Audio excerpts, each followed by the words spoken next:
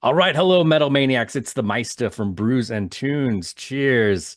Absolutely thrilled tonight. I am chatting with the one and only Rachl Raxx Quinn, of course, of the mighty. I just tripped over my words of the mighty Graveshadow, killer metal band out of California. Rachl, how are you doing? It's good to see you. It is great to see you too, and thank you so much for having me and for saying, such kind things about Graveshadow. We really appreciate it. I'm having a really good night. Nice, excellent. Yeah, yeah. And yeah, I have to say and I'm a new I'll be completely honest, I'm a newcomer to the band. I saw you guys recently live. You were touring with Burning Witches. That tour just finished up, I think last week, the week before. It was very, very recently.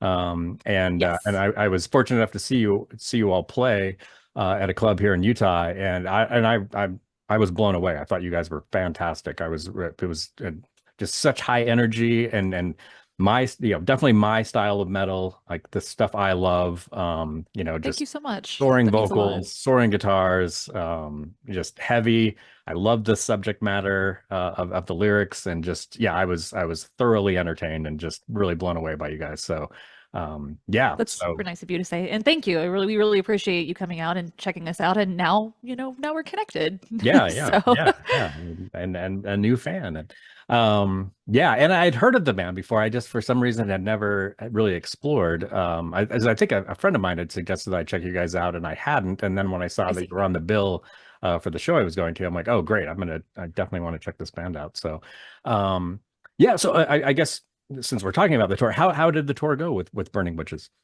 Oh, no, it was fantastic. And I know that you had said that, it ended just like a couple of weeks ago. We weren't on the whole run. Oh, We okay. were only about, halfway through. So we ended our run in Arizona. And so while I wish we could have been on that full run, it was a fantastic experience. I've always been a Burning Witches fan, so whenever we, kind of the opportunity landed in our lap, I said yes, hell yes, I really want Yeah, to take nice. this, both as a fan and as an opportunity. It was nice that we get to hit up some markets that we don't typically hit up, being a West Coast band, and some that we do. And we did our hometown shows, and we did some of those markets that we're used to. I think the turnout was great, but we also got put in front of a lot of new people. You had said that you had heard of us before, but you had never seen us, and that was pretty much consistent with maybe the exception of the Sacramento show, Hmm. which is hometown show. That was consistent every single night where we got that feedback of, wow, I didn't even know that you guys existed, and that's exactly what we want, is to be put in front of new people to continue growing the band. And I was very happy with the outcome. I think it was a great tour. I think it was a fruitful tour. I think we connected with a lot of people, and I think we put on a really great show. I wish that we were going for 4 more weeks. It was a great experience. Nice, nice. So it sounds like you enjoy touring, it sounds like. Oh, I love it. I Nice. love it. And we all love it. And that's not to say that we don't enjoy other aspects of being musicians. I certainly love being in the studio, and I certainly love creating, and I certainly love, the whole package of being a musician. But I think I feel most happy whenever I'm on stage after stage after stage after stage. That's kind of, the lifestyle that I signed up for, and that's where I'm happiest. Nice, nice. Yeah, and that's I mean, and you guys definitely deliver too. I mean, I think that I mean multiple aspects of why I fell in love with the band. One, obviously the music, but also just the stage presence, the aesthetic and the stage presence. I mean, it's so fun to watch you all play, and you play well off Thank of each you. other. You can tell that you enjoy playing live with one another. You enjoy being in a band together. I mean, it was yeah, I was the energy, just such high energy, and like just joy. I mean, it was really a joy to listen to and a joy to watch you all play. Um, I sincerely appreciate that. And, part of our what we do is we kind of take these stories that we've loved and we've grown up with, from different fandoms, and we kind of reimagine those and rewrite those, and we put those in music. And so that's definitely a part of the show element there. But we also are thick as thieves as the band. We genuinely love each other, and we are a very, very, very close knit group of people. So, along with the we just like to put on a great show, we also just like being around each other, and we love what we do as really, really, really good friends. So I think that goes a long way with the energy that you speak of, and I find that every tour it just gets better and better, and we get closer and closer, and I really can't complain. I'm very, very, very lucky. We're all very lucky. That's really cool. That's cool. It's great that friendship, that you melded this friendship, because there's some bands where it's a business, I think, in a lot of ways, whereas, and it is a business obviously, but I love the fact that you're artists, and you love what you do, and you're passionate about what you do, and you've created these friendships. Because I mean, this lineup of the band is relatively new. The band's been around since what, 2012 or so. Yeah, over 10 years at this point. However, I've been with the band since fall of 2019. Our bassist Lucy has been with the band since 2019 as well. Aaron, I don't remember how long he's been with the band. I know he was on the second record. So he came in before us. Will is, of course, a founding member. And then Sierra was the newest fill-in for this tour. So we had only known her for a couple of weeks at that point, and she just melded in with everybody, and it ended up working out really well. So it was weird, the insane chemistry that we had as both musicians and as people, with this lineup being relatively new, like you said. Still pretty cool to see. I think again, I think we got really lucky with this one. Yeah, I would have assumed that you had all known each other for quite some time, not just a few years, based on your rapport with one another.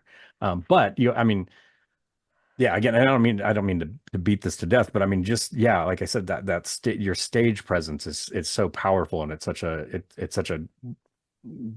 wonderful aspect of the live, that environment. I think that's what I was really attracted to the band, was just so much energy, and working with the crowd, and I mean, it's cool to watch that. I was curious, kind of, did you have a theater background, like, because you're so good at playing off of the crowd and facial expressions, and yeah, so I do have a little bit of a theater background, now that you mention it. So I did kind of musicals in school and things, but I think with anything, it has been through time and careful work and planning that we've been able to cultivate this live performance. And kind of speaking as myself, yes, the theater was there. Yes, I've had 13. Well, I've been teaching for 13 years, and I've had 10 years worth of lessons. So all of that, kind of technical background was there, but it's also just the subject matter itself. It lends itself to that, to being very, very, very expressive. We write songs about The Witcher. We write songs about Rurouni Kenshin. We write songs about Attack on Titan. We write songs about, all kinds of really cool things. World of Warcraft. We write songs about World of Warcraft. And so these are like very big, larger than life stories. And we can't give a lackluster performance, especially me as a singer. I cannot give a lackluster performance that does not bring those stories to life or do them justice the way that it's supposed to. So while yes, there's a technical background, there's also just a necessity that the subject matter calls for it, and I need to deliver that. I love it. I love it. That's great. And you've probably witnessed this as well. There's just, and I shouldn't say so many, but there's, I've gone to a lot of shows where you're just watching a person stand there, and and they're delivering great music, but they're not engaging. They're not engaged, and and I understand that it's not necessarily all about performance, but sure. I mean, I like my shoegazer bands just like anybody else does, right? Where it's very cool, it's aesthetic. We enjoy it for the music, and we enjoy it for the ambiance, and I think that stuff's really cool. But I've also always really idolized singers like Bruce Dickinson, for example, like David Coverdale, that just have these huge, larger than life personalities. And so for my own creation, I want that's what I want to do, and that's what I want to convey. So while I certainly enjoy the shoegazer standing there type singers and musicians, that's just not who I am. Well, thank you for that. Because yeah, like I said, it was such a great performance. So you mentioned you came into the band in fall of 2019. So of course you're on the third album, the this beautiful Correct. album right here, The Uncertain Hour. Fantastic album that I picked up at the show. Thank you. And yeah, you mentioned lyrically, yeah, you're taking pieces of a different fandom, which I thought was really fascinating as well. And I'll admit I don't know a whole lot about anime, but I know there's a lot of anime. But it's also, you don't need to know that necessarily, because it's fantasy, it's sword and sorcery and various things like that, which speaks to, I mean, you're going back to like Ronnie James Dio and Judas Priest and things like that. If you've listened to that kind of music, Iron Maiden, then you're gonna like this. Both lyrically, the lyrical content, and the delivery of the music as well. I think it's in that traditional metal vein with a lot of other elements happening as well. Well, for sure. Thank you. And thank you for, saying for fans of, because a lot of those artists I also really idolize myself. We try to write the music in such a way that this is not just we're vomiting nerd metal onto a song. This is something that if you are really looking for those references, and you're really looking, and you're wanting to find that within the piece, awesome, it's there for you. But if you know nothing about it, there's something for you too. So something that can pull in the average listener that maybe it's just not really for them, but they still enjoy the music, and we try to strike that balance. Nice. Yeah, and I think you've nailed it with this album for certain. Thank you. I mean, it's a wonderful album from the opening, Soldier of 34. 34. I knew there was another. I'm like, it's 33, 34. Yeah, from that until the end of the album. It's one of those albums as well that as soon as it finishes, I flip it right back over. Oh wow, thank you. I want more. And so that is a nice bridge to my next question. Are you all working on new material? Yeah, we are. And I can't say terribly much about, behind the scenes of what we're doing, but we have already come out with that we are currently working on new material.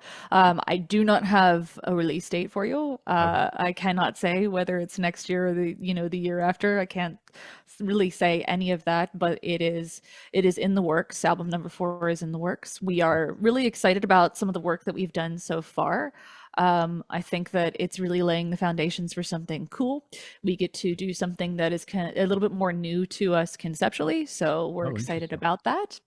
And I think that we're improving upon what we did last record.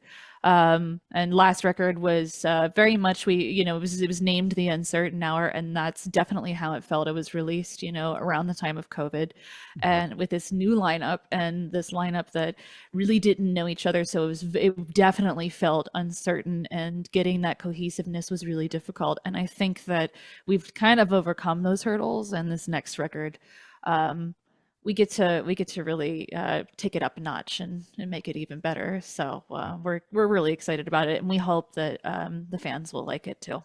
Nice. I'm excited. Just from what you've said, that's exciting news. Like, I can't wait. That's going to be great. Can you tell me anything about, conceptually? I mean, have you already started writing lyrics? And yeah.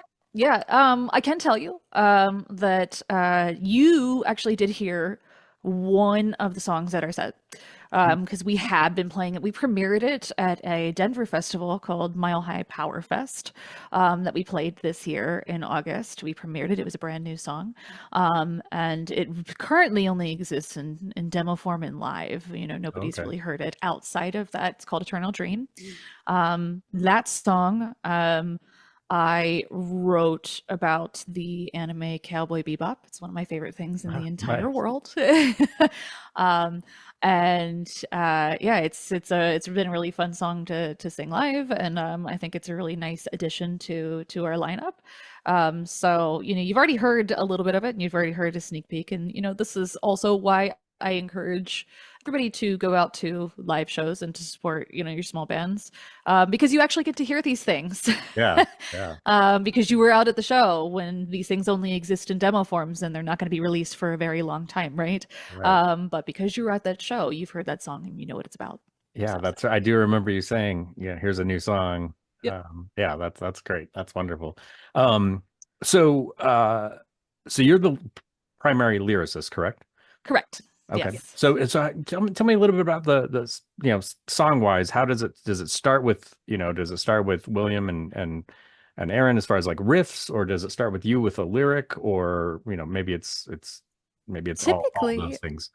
typically it lies in the hands of Will and Aaron, and they're, you know, primary composers, and they you know, they kind of, they write their riffs and they write their things, and that is built upon it, as far as instrumentation is concerned.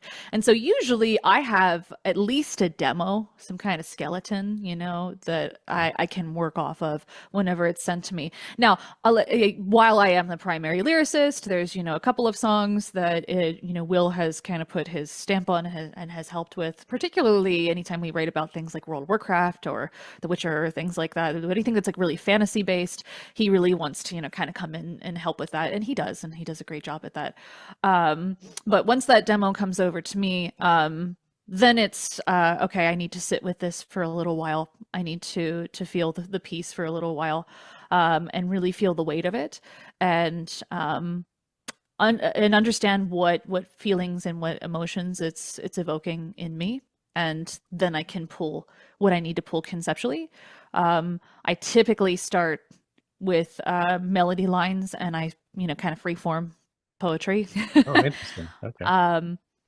And write and write and write and write until, you know, we have, you know, it's this long and none of it makes any sense, but I can pull lines here and there. And that's when it starts to build from Oh, there. that's fascinating. That's really interesting. Because I'm always kind of, I'm really fascinated by, I'm not a musician. I'll say that, put that down immediately. I'm not a musician. I'm not musically inclined. I can't sing to save my life. My son is very musical, both, and my stepson as well. But I'm not, unfortunately. I love music. But yeah, and I've always been fascinated by songwriting and that process, and it's always different with everybody. I mean, you know, it's interesting. There, you know, some bands where, you know, it starts with lyrics, and then they build a song around that, and then it's a riff, or it's, you know, a melody or whatever. And I'm always just really fascinated by, you know, and it's interesting that, yeah, you're creating it kind of on the fly, I guess, in a way where you're just throwing phrases and, okay, what sticks, you know, What sticks? what sounds interesting there, and then developing from that. That's Right. fascinating to me. You know, and every musician's different with the way they approach it. This, you know, this has to do with their artistic expression and, you know, their education and a multitude of factors. Yeah. But while we are all different in the way that we create, there is always one core thing that we always go back to, and that is, how does this piece make me feel? What emotions do I want to convey? And where do I go from here? So there's always that core there. We just kind of branch off in a bunch of different Mhm. directions. Nice, nice. Um, Although you're kind of, you know, it's kind of free form, I guess, for lack of a better term, in terms of your lyricism. Do you come at it with, I really want to write a song about Cowboy Bebop, or I really want to write a song about this? Um, Sometimes, okay. sometimes yes, sometimes no. I would say with this last record, not as much. I'd hear a song and I'd go, okay, what is this making me feel? Okay, and then I would pull from, you know, kind of my story repertoire and what can I interpret. So again, really embodying that uncertainty of the uncertain hour. With this next record, not so much.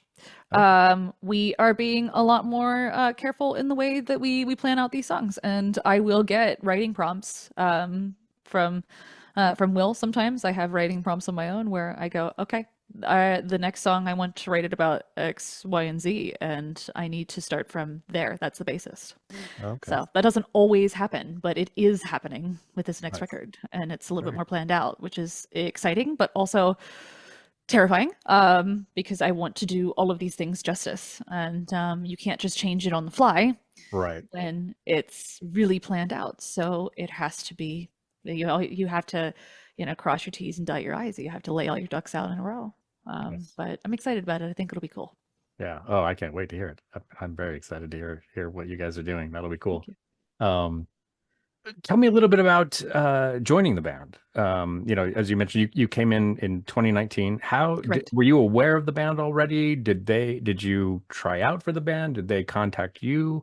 Kind of what was the Yeah. story? So I knew of Graveshadow already, because they were kind of making waves, in that like 2016 to 2018 time period. I had just finished with a band in Chicagoland, and I wasn't with them anymore.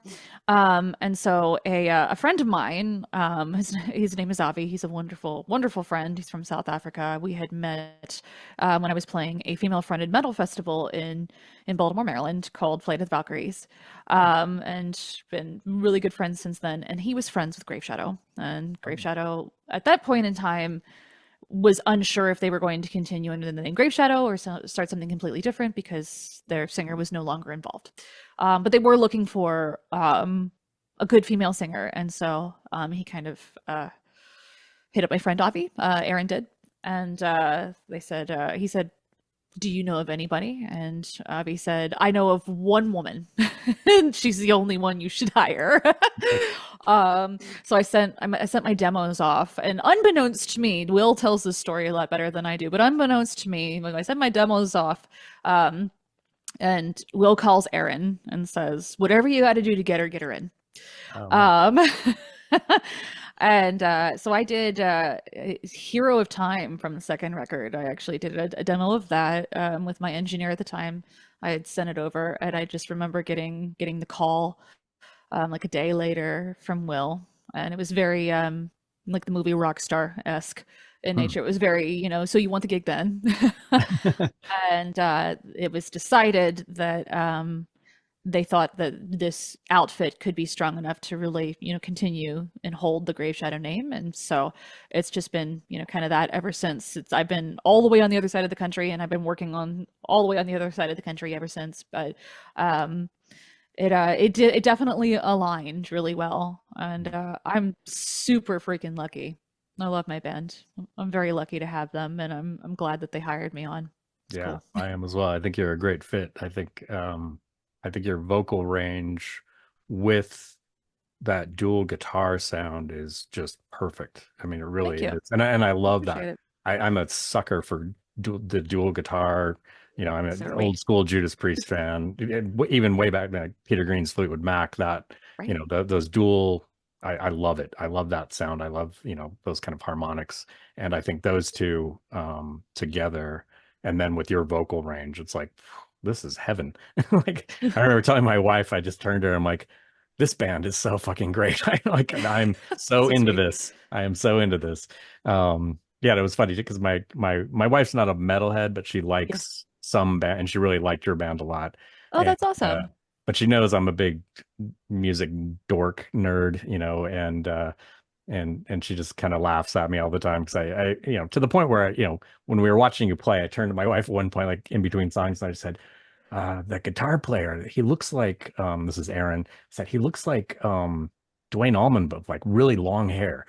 And she's like, "You are a nerd. Like, why? That's What is wrong with fantastic. you?" Yeah, so I was like, I don't, yeah, just I was just fascinated watching just I keep going back to this, but just visually it was so fun to watch, you all play, and just people that love what they're doing, I think is always impressive.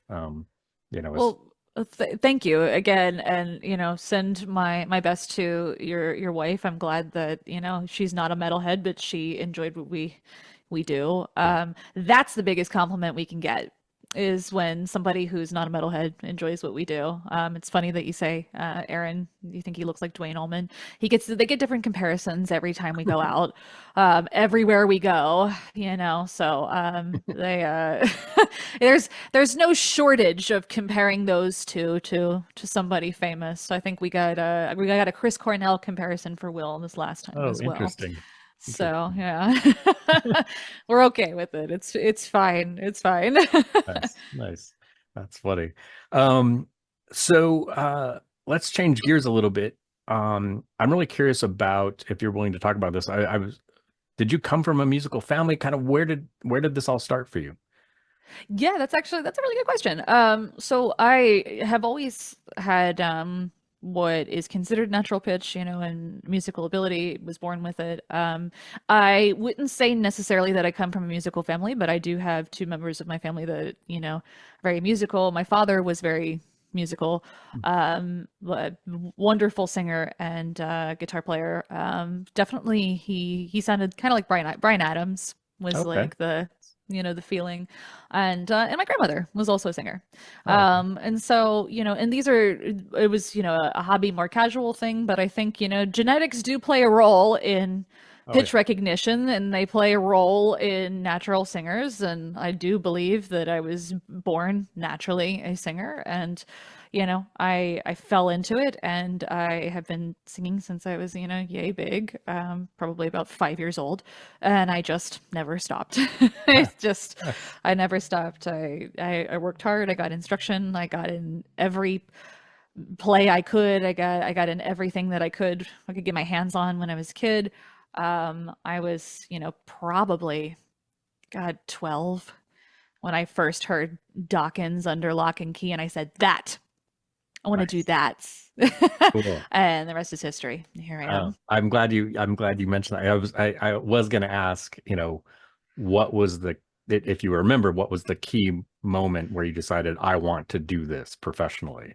And Yeah. I love the fact that it's Dawkins. That's awesome. Yeah, yeah, no, it was definitely Doc. I mean, and there was, of course, others. I'm a huge Journey fan. I'm a huge Whitesnake fan. I love AC/DC. I mean, these are all bands that I've really enjoyed. But yeah, something about that record in particular is what shifted me into heavy metal, because up until that point, I was still exploring other genres, and of course I was exploring like AOR and things like that, so it wasn't like these are all metal adjacent genres, but I consider Dokken to be metal, even though they're really not now, right? They're Yeah. kind of there, right? But that's what did it for me. It was the combination of George Lynch and Don Dokken Oh, that just completely shifted my perspective and was my gateway record, and that was it. I said, I want to do that and nothing but that.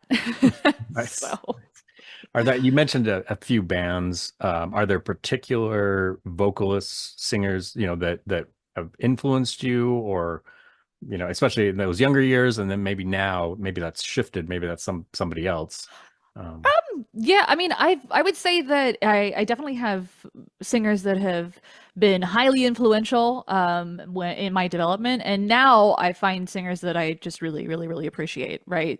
Because I think I would never say that we're past the stage of being influenced, but it's very different now that I'm in my 30s, right? yeah. So the singers that were instrumental to my development as a younger person, David Coverdale from Whitesnake was Nice. instrumental in my development. Steve Perry from Journey was instrumental in my development. Ann Wilson from Heart was instrumental in my development. These are all, again, like your kind of like AOR hair metal-y type singers. Steve Whiteman of Kix was instrumental in my development. Nice. And so like a lot of your like your hair metal, and a lot of your classic metal too, with Jeff Tate from Queensryche, right? Yes. And singers like that, and Accept. I really loved Accept, and so all of this kind of shaped who I am now today. I listen to all kinds of things. Really, really love. I mean, I could say that I'm inspired by anybody. I really enjoy Nora from Battle Beast. I really enjoy Beast in Black. I think they're a fantastic band if we're Oh talking yeah. about, heavy metal. I like baby metal. I love baby metal. I listen to a lot of baby metal. I like Bloodywood. I like Amon Amarth. There's so many things that I really enjoy, but these are, I guess, more of an appreciation and less of they're directly influencing what I do. I just really love them and want to Nice. support these bands. That's So, great. I hope that answers your question. Yeah, no, that's fantastic. That's it's really interesting. And it's funny that you mentioned Ann Wilson because, and I know I keep going back to the show, and I apologize.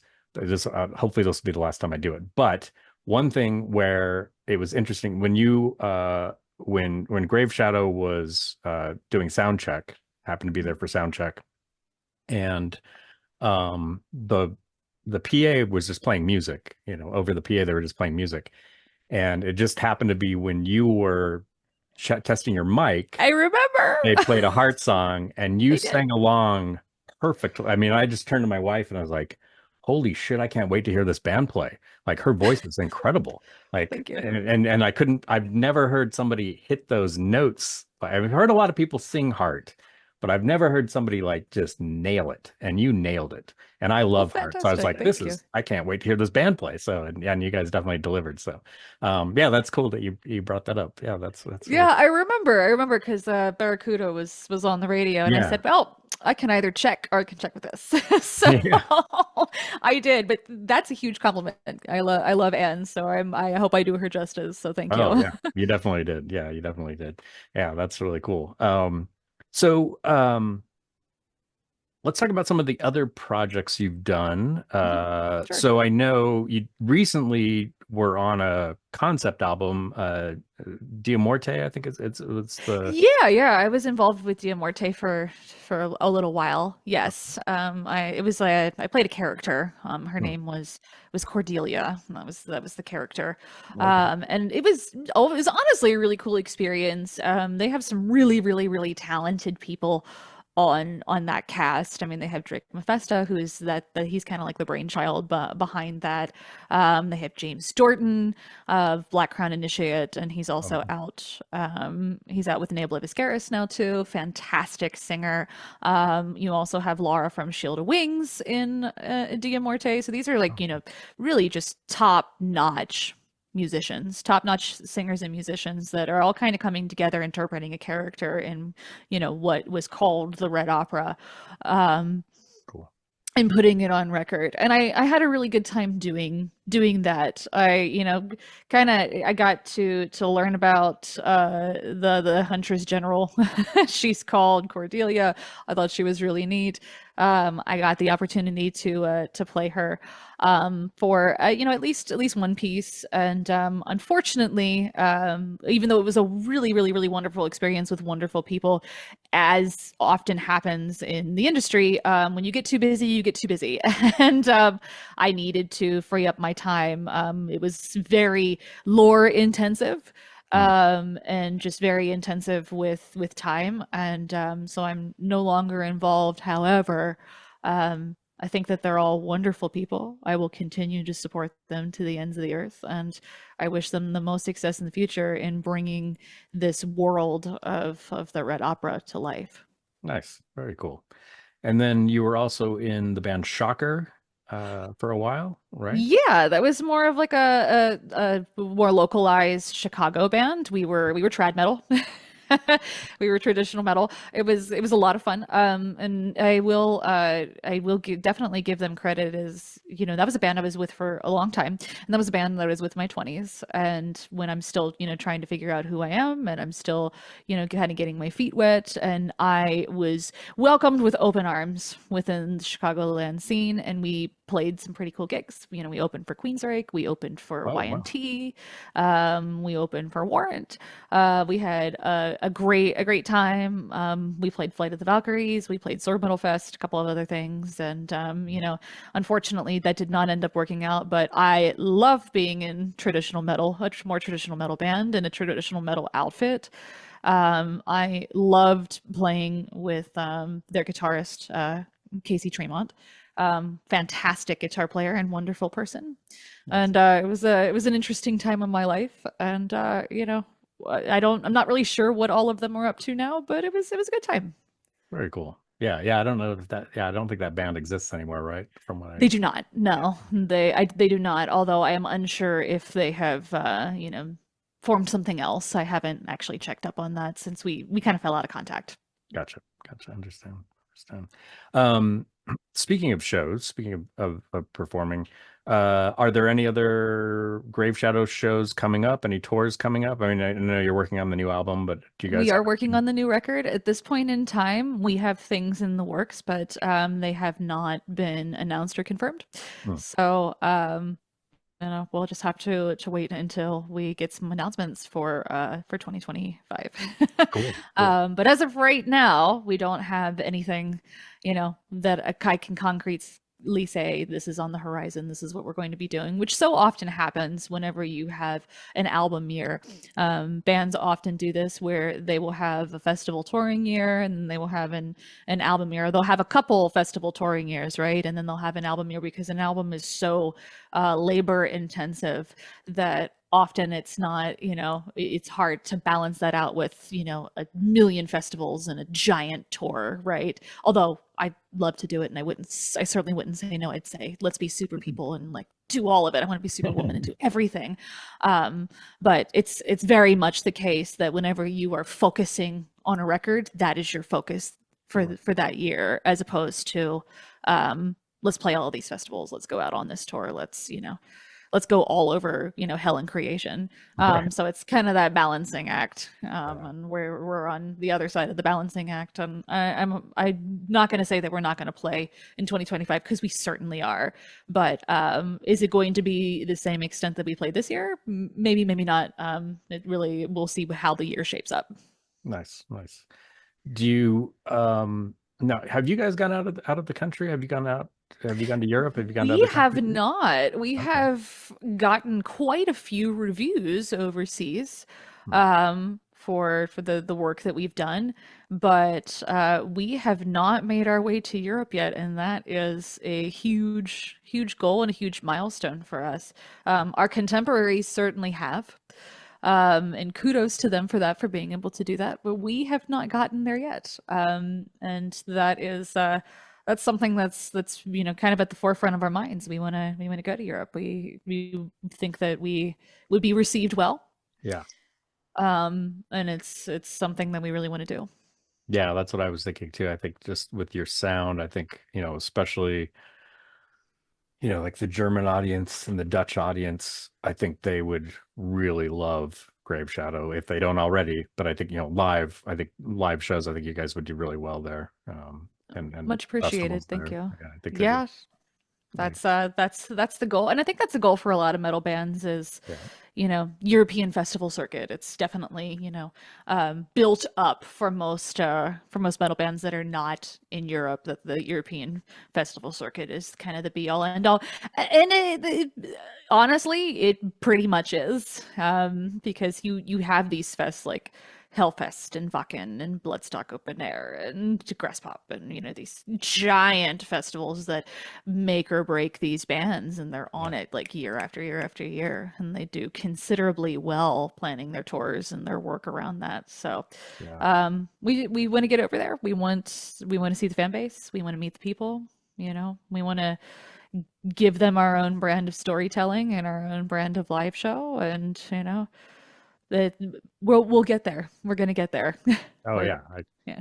definitely. Yeah, it's interesting. It's like it flipped. From when I was a kid in the 70s and 80s, where America was, the heavy metal and hard rock AOR. Right. That's where you came, and now it's Europe. And not that it's dead here. I don't agree with Gene Simmons when he says rock and roll is dead in America, but it's changed a lot, and It's it's different. frustrating sometimes, when you as a metalhead and you go to shows and there's nobody there, like, how is there nobody here? This band is amazing. For Um, sure. For yeah, sure. And it's tough. The cost of touring is substantial. yeah, And I think that kind of that leads into, a lot of the problems with just getting people out to see your shows.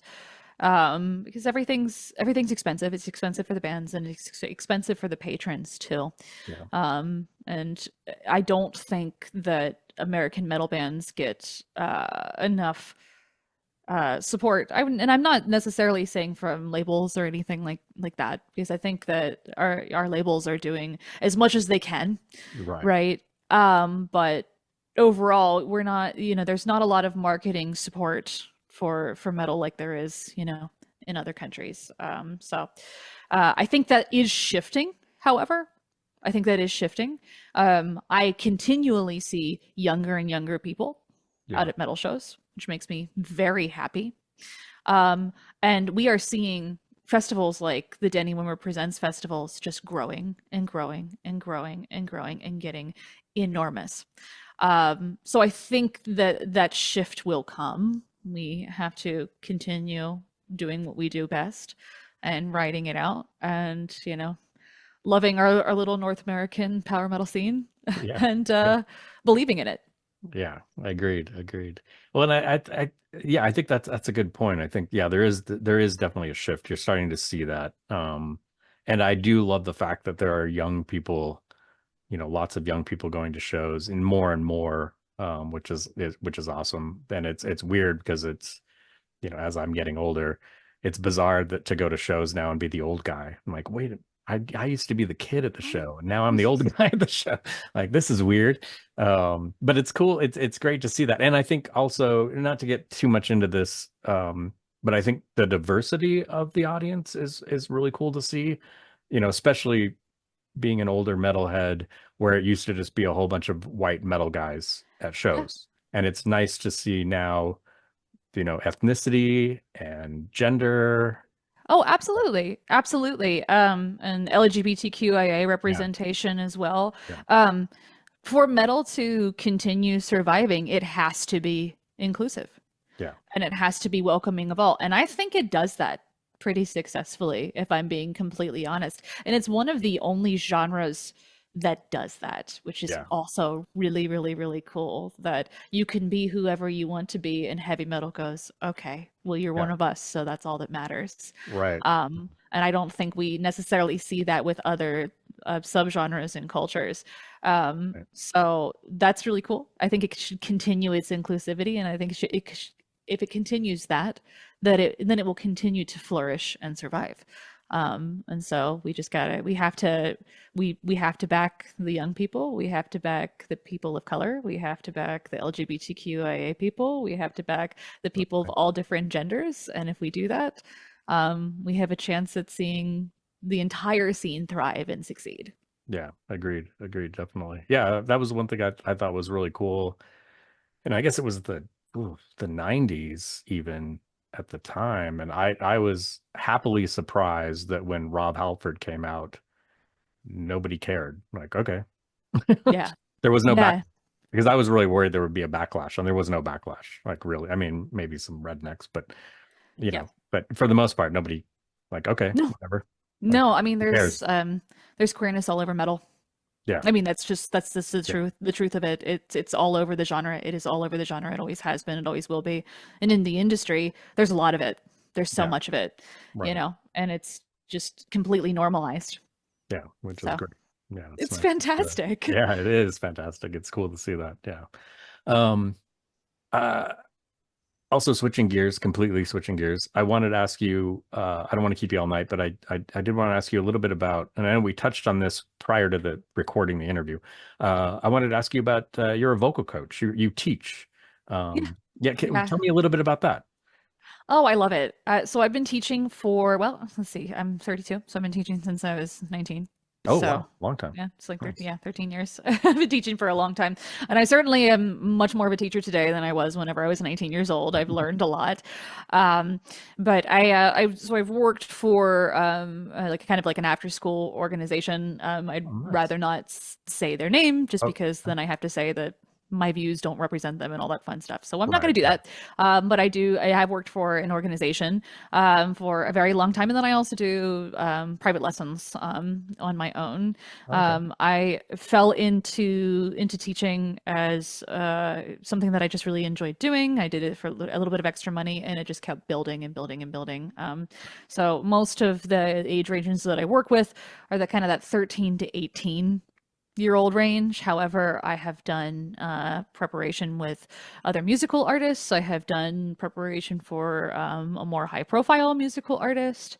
And I continue to do work with adults, and I continue to do work with people, all over the world. I have Yeah. students currently, kind of online. I have students in the UK. I have students in Ireland. I have students in Europe. I have students in Brazil, so they're kind of all over. I love what I do, and I hope that I do my students justice and really teach the finer art of preventative injury and voice longevity. And I hope that I can continue doing that for a long time. Very cool. Oh, that's great. Now, is it primarily focused on like metal vocals, or is it kind of everything? Do you get students in all, all Yeah. forms? I would say that within my after school kind of program and the work that I do there, it's everything. Hmm. I've taught every genre. I've done music direction for every genre. Okay. But in my own private practice, most of the people that come to me, they want to learn how to do high range hard rock or heavy metal, or they want to learn how to sing with grit, or they're on tour and they're completely killing their voices and they don't know how to, have longevity. And so I teach them how to do that, or they come to me and they say, I had an injury a couple months ago. I'm working through it. How do I prevent having injuries in the future? And I say, Hmm. okay, I can show you how to do this. So, it's kind of like two worlds where I might be doing an after school program and I'm teaching Stevie Wonder, and then I come home and I'm teaching some metalhead in Brazil, how to sing Huntress, and so it's, Nice. on either side of the coin there. Okay. So I get both, but in my private practice, it's primarily metal, and it's primarily I don't do growls or screams or anything, so it's clean, high range metal. Okay. Cool. Very cool. Yeah, I think I saw a. I don't think I did see. Um. And I just forgot his name. The singer of Aaron. Airborne. Oh, Joel O'Keefe, yeah. Yeah, you. I think you guys were touring together, right? Or maybe you were just We working with him. We weren't. So he did a testimonial for me, because I did some work with him for his 2019 festival season. Okay. And again, it was a lot of that. He wanted to maintain longevity. I'm not going to talk too much because this is his own private business, but Right. he even says in the video, she'll bring me some bad habits, which is true. And as a voice coach, I did kind of help him to be able to do that. It was a really great experience. Airborne is one of my favorite bands and always has been for a really long time. So that Great. was certainly weird going from a fan to being in a professional relationship for a very short amount of time. I am very grateful for the fact that he provided me a voice lesson testimonial. I am grateful for the experience that I have, and I'm grateful for to have it on my resume. To be honest, Yeah, they're that's a good. great band. They're high energy, wonderful people. Their crew are wonderful people, and I am very privileged to have ever gotten to know them. Nice. Very cool. Yeah, great band. Yeah, I love that band. Yeah, loads of fun. Yeah. Oh, that's great. That's brilliant. That's really cool. Um, so as far as your private vocal lessons, where would somebody how would somebody contact you if they wanted uh Yeah, so typically this is it's I get most of my students through social media, okay. if I'm being completely honest with you. So a lot of them find me, they find me through Instagram, or they find me through Facebook, or Oh, okay. one of the various channels. So I don't have a full website set up for that. It's very much, word of mouth, or they find me through socials and they find me through there. Which, I probably should change in the future. At this point in time, I don't have a full student load by myself. Sure. I'm constantly working, so that it hasn't been my main focus. But if anybody did want to do private lessons with me, the best way is, through social media, or I have my own email. It's rquinnlessons@gmail.com that I get Okay. emails on regularly as Nice. well. So Very it's cool. just kind of various feelers floating around the internet. But I would say it's typically so and so from the industry really needs help. And I met them, here, here, here, and here. And, they're coming back to me after, 9 months of knowing each other. And now we're going to go get to work. Cool. Very cool. Oh, that's great. Um, well, Rachel, this has been an absolute pleasure and an honor chatting with you tonight. Thank you so very much. Of course. For Thank you those for of you having me. oh yeah, this was great. For those of you watching, definitely check out, if you have not done so before, check out Graveshadow. There'll be a link below that you can check them out. If you don't have it, get a copy of this album. Actually, I think this is sold out, but if you go on Bandcamp, you can get a digital copy of it, and it's phenomenal. Yes, phenomenal album. I'll also have a link where people can grab that as well. So again, Rachel, thank you so very much. This was, of course, thank you. This was great. Fantastic. Thank you. Thank you so much. Have a great night. You too. Oops. Sorry.